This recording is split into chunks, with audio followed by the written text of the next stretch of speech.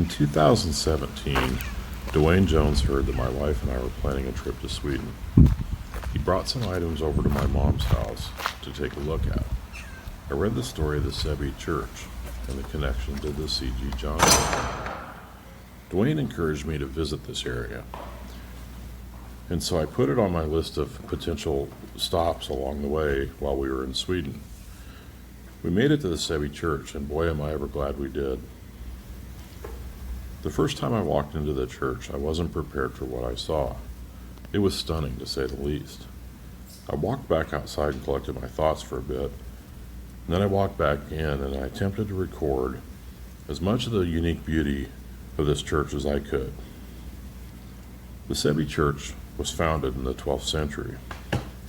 In the 15th century, monks were teaching local villagers how to make bricks, and that is when most of the current building, with its incredible arches, was constructed. In the 17th century, additions were made to both the north and the south sides of the church, and that changed the shape of the building. It is now the shape of a cross. Some experts believe that the artwork was done by a man called Master Amund, or possibly one of his star pupils. He was one of the most famous church painters in Sweden at the time. The subjects of the artwork are a mixture of biblical stories and depictions of local saints, like St. Olaf, the King of Norway, who died in the year 1030, and St. Eric, the King of Sweden, who died in the year 1160, as well as a group of women saints.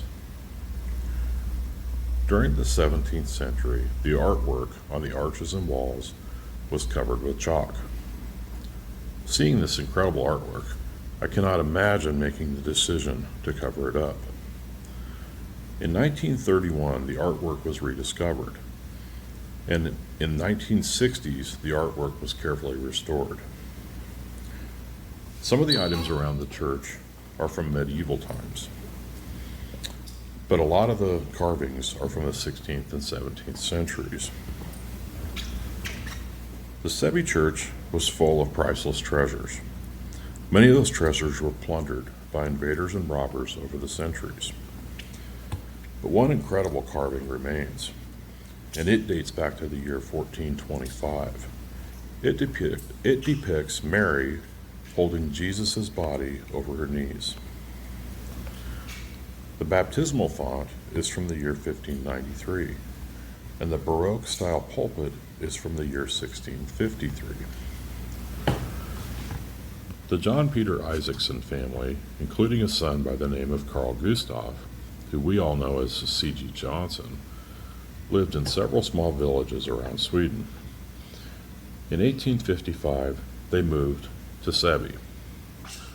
Charlotta Gustafsson was born and raised near the Säby church.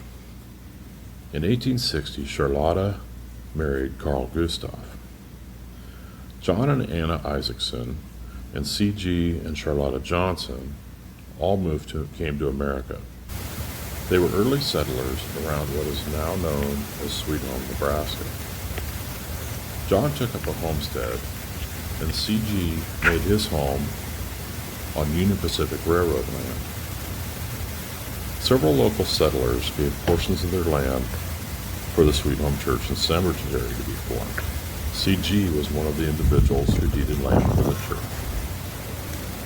Sweet Home is a special place, and for members of the C.G. Johnson family, it's where our Nebraska pioneer story began.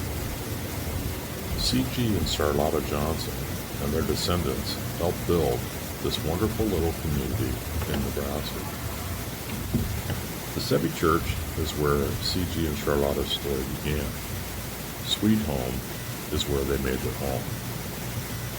I'm thankful that Dwayne Jones shared the Säby church story with me, and I wanted to share that story with you. I hope you enjoyed my video. I hope you enjoyed seeing the beautiful artwork in the Säby church. But I'm just going to tell you, you really need to go see it for yourself.